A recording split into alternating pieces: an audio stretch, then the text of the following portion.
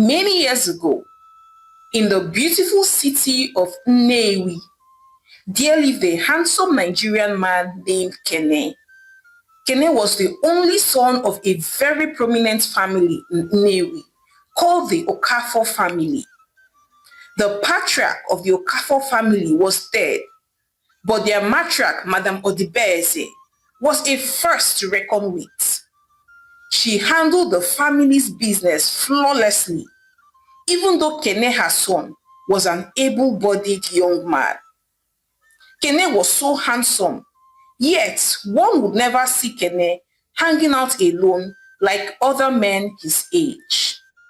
Whenever Kene went out, he was always in the company of his sisters, Amaka and Ifi. Even for the simple things as going to cut his hair, his sisters, Amaka and Ifi, would always follow him. Many people wondered why he never went anywhere alone, and people had one theory or the other. Many of the young ladies who were throwing themselves at him and daydreaming of becoming his wife thought that it was cute that he was always in the company of his sisters. To them, it showed that he was family-oriented and thus would know how to treat his future wife.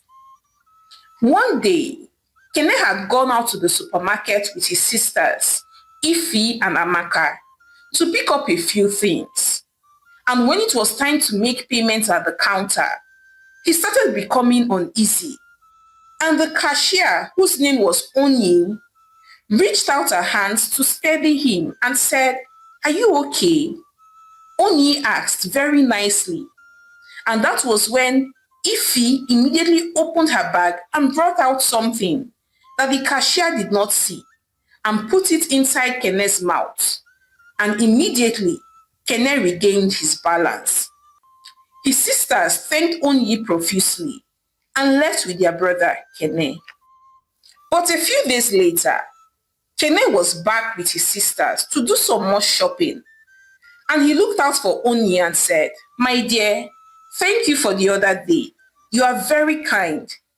Do you mind if I get your number? I'd like to get to know you a little bit more."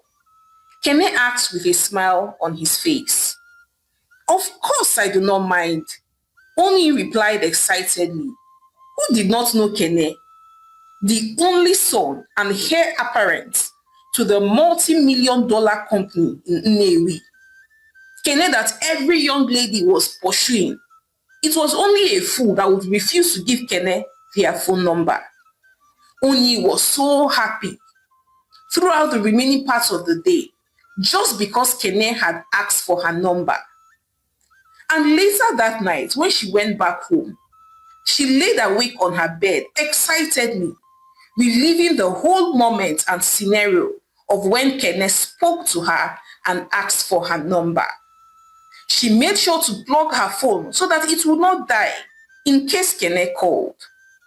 And a few hours later, Kene called Onyi and they went ahead and spoke for several hours. Onyi was super excited. She could not wait to tell all her friends that Kene, as in Kene Okafor, liked her.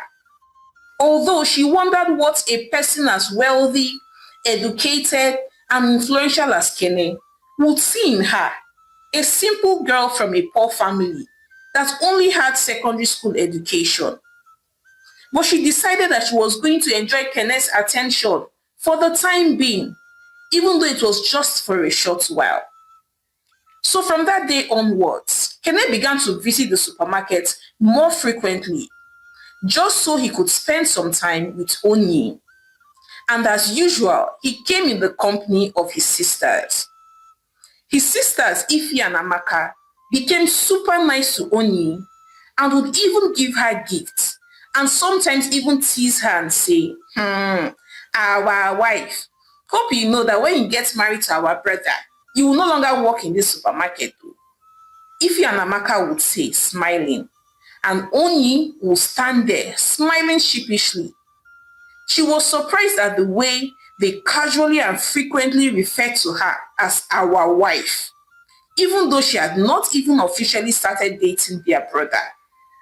She was also surprised at how they referred to her with so much respect, as if they were equals, even though they were not on the same level. Because Ify and Amaka were not just graduates, but had done their masters in reputable universities abroad. Besides, they were from one of the most respectable families in the whole of Anambra State. But she was glad regardless.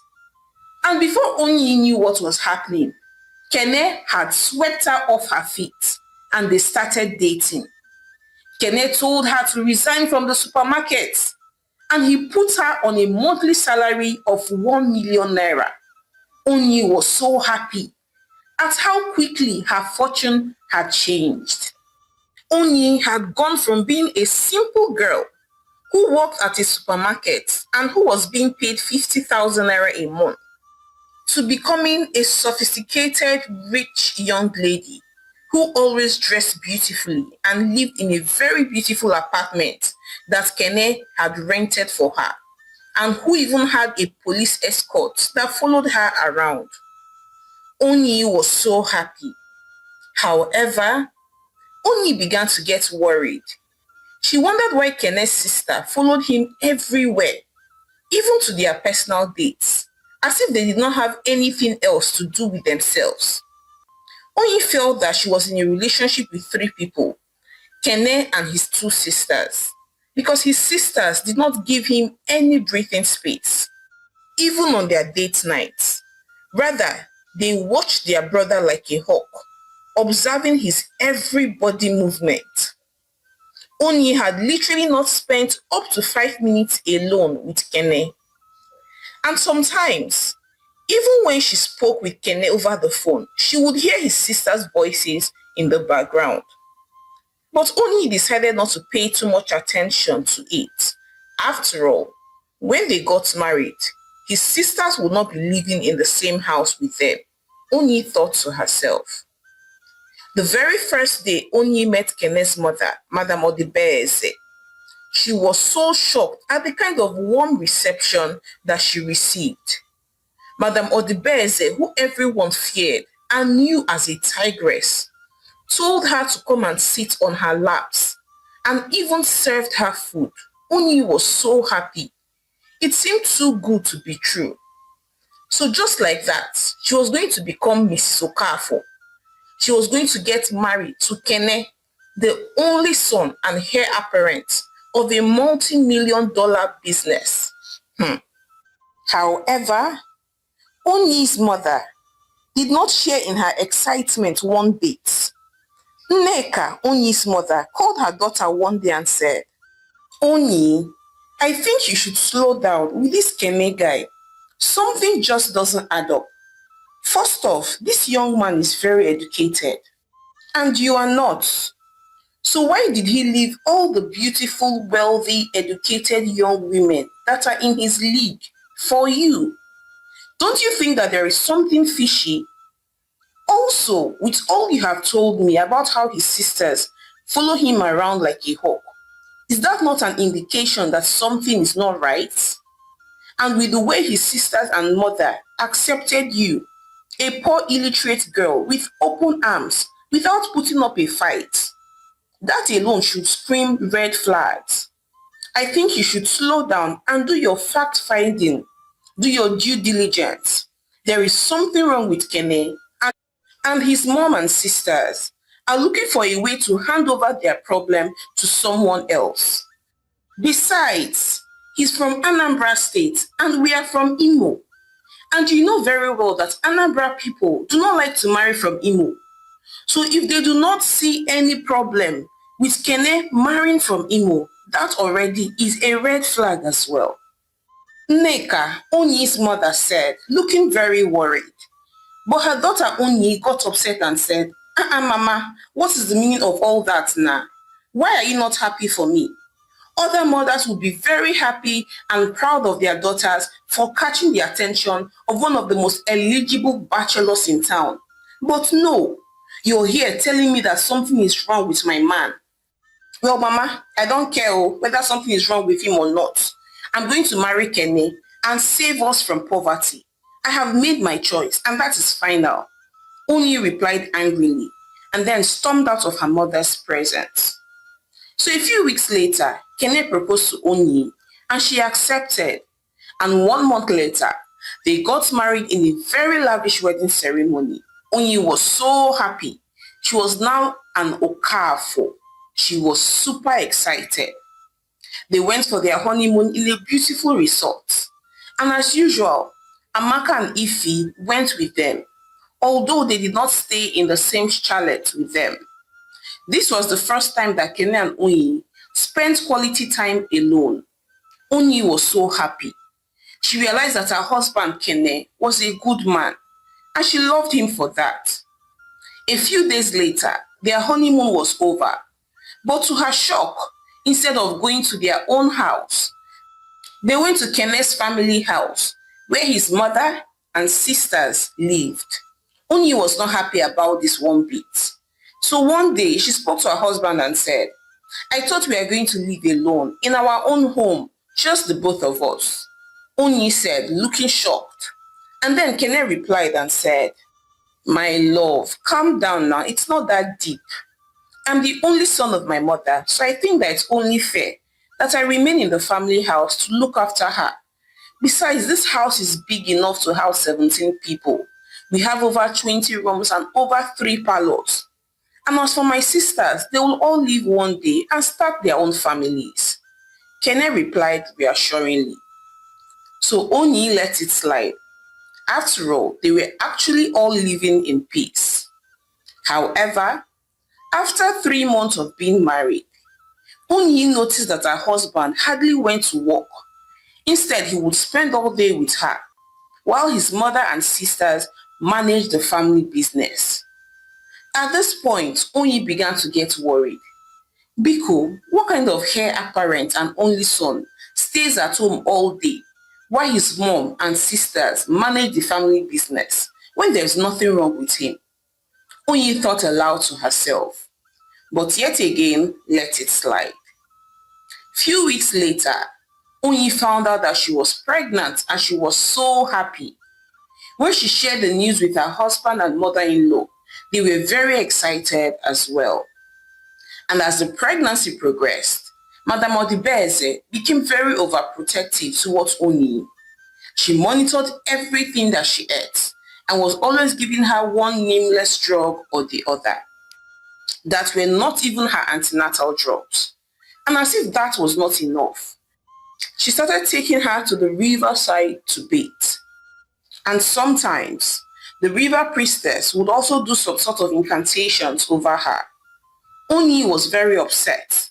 The first time it happened, she went to report her mother-in-law to her husband saying, I don't like it oh. What is Mama doing in Kwanu? She took me to a river goddess today. And before now, she gives me all manners of nameless drugs to drink every blessed day. Onyi said angrily, my dear, if I were you, whatever my mother gives you to drink or whatever she tells me to do, I will comply. And trust me, our future children will be glad that you complied. Kene replied calmly. What do you mean by our future children will be glad? What are you not telling me, Kene? Onyi replied, looking scared. But Kene did not say a word more. So every day, if Onyi was not swallowing one nameless pill or the other, she was kneeling by the riverside somewhere with one priestess laying hands on her. And things continued like this for the next few months. But one day, Kene and Onyi, who by this time was heavily pregnant, decided to take a stroll in a very busy street close to the market. When suddenly, Kene stopped walking and froze, and then started shining his teeth and scratching his body vigorously, and then went ahead to throw away the sling bag that he was carrying and remove his clothes and singlet, and now started running around the street and behaving like a mad person. Onyi stood there in shock. Her husband was running mad in her presence. And soon, people had gathered around saying, is that not Kene, the heir apparent to the Okafor's family? Ah, what a pity, oh. The crowd murmured. And that was when it suddenly occurred to Oni to call her mother-in-law. So she quickly picked up her phone and dialed her mother-in-law saying, Mama, Mama, I don't know what is happening, but Kene is here behaving like a mad person. Oni said, fidgeting. And Madame Odibeze replied and said, has he been taking his medications? Check his bag now and give him 2 pills from the bottle now. And Oyi, no matter what happens, he must not step his feet into the market, else he will be mad for life. Madame Odibeze replied, looking scared, medications? Madness? What does she mean? Oyi said aloud to herself. But there was no time to think. So she just simply went ahead and did as her mother-in-law had instructed. She picked the bag from the floor and brought out the pills. And with the help of bystanders, she was able to give him the pills and Kenneth became calm. So she stopped a taxi and took him home. Upon getting back home, the shock and trauma of all that had just happened made Onyi go into labor, and she was rushed to the hospital where she gave birth to 2 handsome baby boys. A few days later, she was discharged, and when she went back home, she saw her husband Keme.